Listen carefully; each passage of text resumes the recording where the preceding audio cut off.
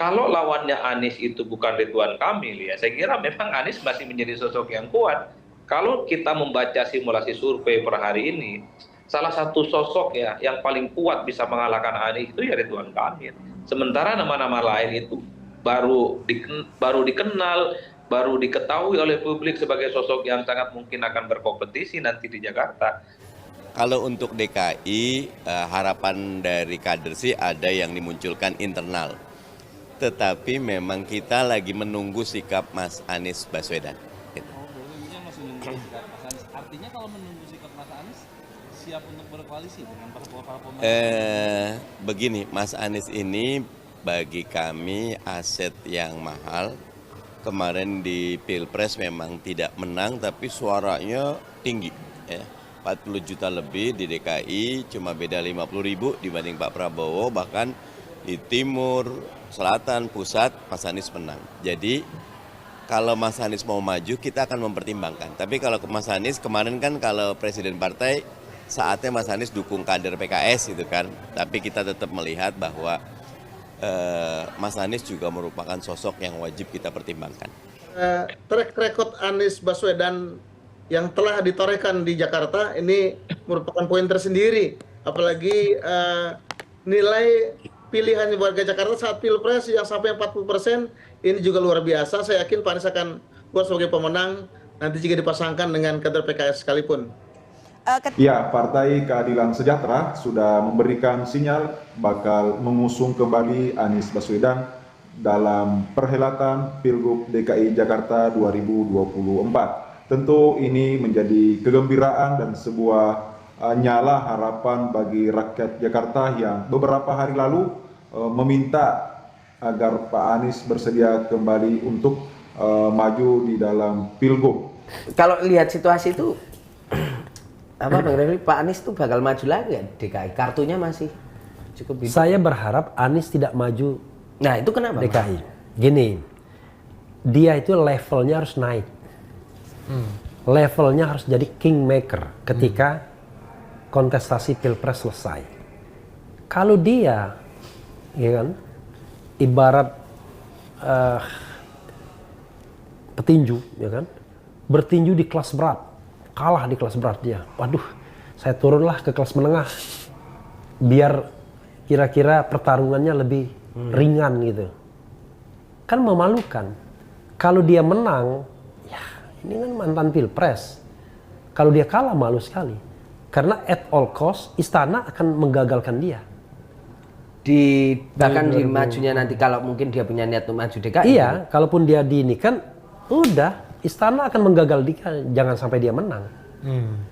Dan nanti kalau di komplain di MK, tenang, kita sudah punya teman, minimal 5 orang di MK udah punya teman kita. Kalau Paman Usman ini lagi, udah punya 6 kita. Dengan asumsi aliansi Jokowi Prabowo nggak pecah. Tapi kalau aliansinya pecah bisa berbeda. Iya. Ya namanya manusia, ya kan? Tapi melihat situasi dia bukan. Oke, saya selesaikan tadi ya. Bayangkan orang seperti Surya Paloh aja jadi menteri aja kagak mau. Karena merasa levelnya lebih tinggi dari menteri, Bos. Nah sekarang pertanyaannya, masa dia level Anies tidak mau lebih tinggi dari Surya Paloh? Surya Paloh menjadi kingmaker sejak usia 50-an dia. Wah, udah gagah 50-an dia kan. Jadi ya mungkin karena dia kaya raya, dia pengusaha kan. Yeah. Tapi Anies harus punya mental begitu. Saya sedih mendengar cerita ketika Anies disuruh ngangkat kursi itu. Ada pernah dengar cerita? Ya, yang kemarin video. Dia menghadap Surya Paloh lalu kemudian disuruh angkat kursi. Calon presiden. Saya sebagai orang yang mendukung dia merasa sedih saya. Kok begini orang yang saya dukung ini kan? Dilepeh, direndahkan sekali. Mudah-mudahan saya tidak keliru membaca konteksnya soal angkat kursi. Tapi kan instinctively aja, kalau kita merasa lebih besar daripada orang depan kita dengan santainya mengatakan, ambil kursi. Ambilin kursinya gitu kan. Ya kan? Atau saya merasa, karena saya lebih senior, saya sena udelnya ngomong misalnya. Tapi begitu saya merasa di depan saya adalah orang yang saya hormati, Lece, almarhum Yakob Utama depan, pasti begini saya. Gimana Pak Yakob? Tapi kalau di depan Tatang sama Vito begini, nggak perlu begini. Begitu. Artinya apa Bang level yang kira-kira apa namanya sepadan ya dengan posisi capres gitu untuk Pak Anies yang memang Bukan kader parpol. bukan kader parpol, logistiknya juga tidak sebesar Surya Paloh gitu, Ya, itu jauh. this is the question. Ya, dia harus berani susah dong. Bikin partai. Kalau dia mau berpolitik. Kalau dia menjadi guru bangsa, balik ke Paramadina atau balik ke universitas lain, jadi rektor. Pertanyaannya adalah, Anda mau menjadi tetap berpolitik, ya kan? Atau Anda mau jadi guru bangsa? Kalau Anda jadi guru bangsa, balik aja ke kampus. Tapi kalau tetap berpolitik, Anda harus fight di politik. Jangan Anda cuman cari tunggangan aja, vehicle. Misalnya gini, isu, tapi ternyata isunya benar apa enggak. PKB mendukung Anies nanti 3 tahun, tapi gabung dulu dengan pemerintahan Presiden Prabowo.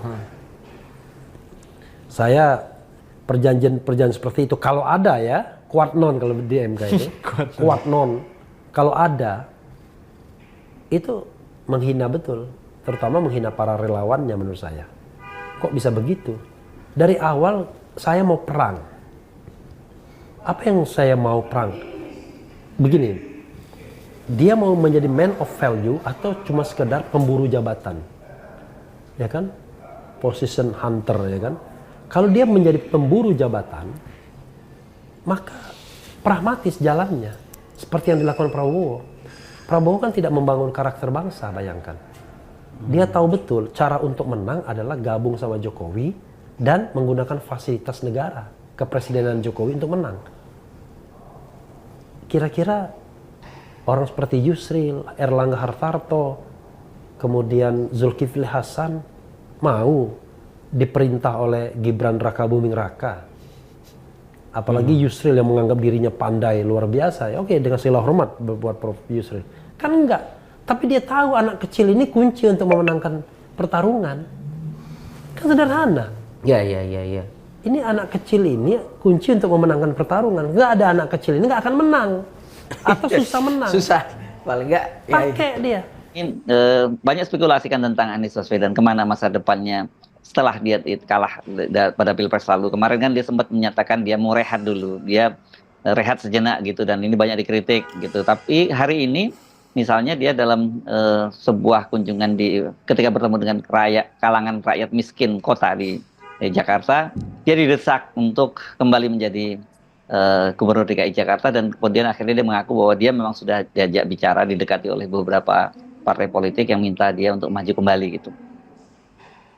Itu hak Anies dan hak juga mereka yang menginginkan Anies kembali atau tidak terlena, apalagi tersingkir dari medan politik Indonesia kan. Itu bagus juga.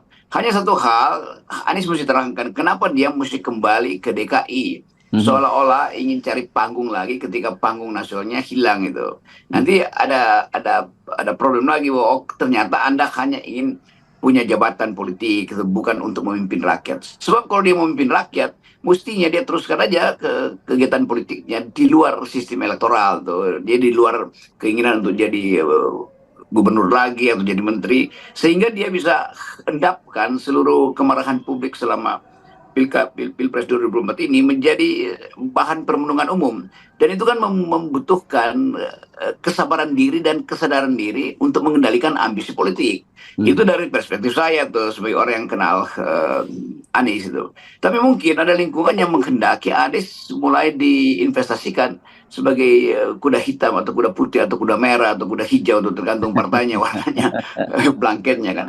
Karena itu tetap orang menganggap bahwa kalau mau maju dia bikin partai sendiri aja kan. Sebab pada akhirnya partai-partai yang ada sekarang kan tetap mengalami devaluasi di mata publik tuh. Jadi kelihatannya itu problemnya. Tapi ya sebagai sahabat ya saya hanya serongkan itu sebagai dilema buat Anies. Dia bisa tentukan sendiri dia mau memimpin satu jenis politik yang non elektoral, artinya berupaya untuk memahami gerak-gerik politik Indonesia tanpa harus ikut serta di dalam kepemimpinan politik formal di partai atau sebagai jabatan eksekutif, atau dia mau membangun partai baru untuk memungkinkan dia mengatur sendiri alam pikirannya. Bayangkan misalnya kalau Anies jadi gubernur DKI, dan sama juga polanya, dia koalisi dengan beberapa partai, lalu partai-partai itu mendagangkan dia, kan sama konyolnya tuan. Jadi sekali lagi nih soal dilema moral atau dilema etik bagi Anies yang kalah tapi tidak mau lepas dari radar politik nasional. Setelah Partai Keadilan Sejahtera memberikan sinyal untuk mengusung kembali Anies Baswedan untuk maju di dalam Pilgub DKI Jakarta, memang belakangan sangat santer menjadi calon yang sangat potensial terpilih jika memang ada parpol yang mengusung Anies Baswedan. Dan seperti yang sebelumnya kita ketahui bahwa Partai Keadilan atau PKS sudah menyalakan lampu untuk mengusung Anies, tinggal mungkin PKS ini mencari partai koalisi untuk bersama-sama mengusung Anies Baswedan, dan tentu menjadi tugas partai untuk komunikasi siapa yang memang pantas untuk mendampingi Anies menjadi calon wakil gubernur. Pengamat mengatakan bahwa memang hanya satu nama yang potensial bisa mengalahkan Anies Baswedan, yaitu hanya Ridwan Kamil. Selain itu, nama yang muncul Pak Ahok memang juga dimunculkan oleh media untuk kembali bertarung di DKI. Namun ada yang menarik dari analisa Bung Rocky dan juga Bung Refli Harun terkait Anies Baswedan jika memang toh maju lagi untuk bertarung di Pilgub DKI ini. Anies Baswedan perlu hati-hati dan waspada karena bisa jadi diusungnya Anies untuk kembali berlaga di Pilgub DKI adalah sebuah jebakan untuk dihabisi karir politiknya. Seperti yang terjadi di dalam Pilpres kemarin, di mana dalam tanda kutip istana memang sepertinya tidak menghendaki lagi Anies untuk memegang posisi apapun di struktur negara. Olehnya itu Bung Refli dan juga Bung Rocky meminta kepada Anies Baswedan untuk berpikir sedalam mungkin untuk mempertimbangkan berbagai hal, dan bisa saja itu terjadi karena apalagi Pak Anies ini bukan orang parpol, dan sebaiknya menurut Bung Rocky dan juga Bung Refli agar Pak Anies sebaiknya tidak maju di dalam Pilgub.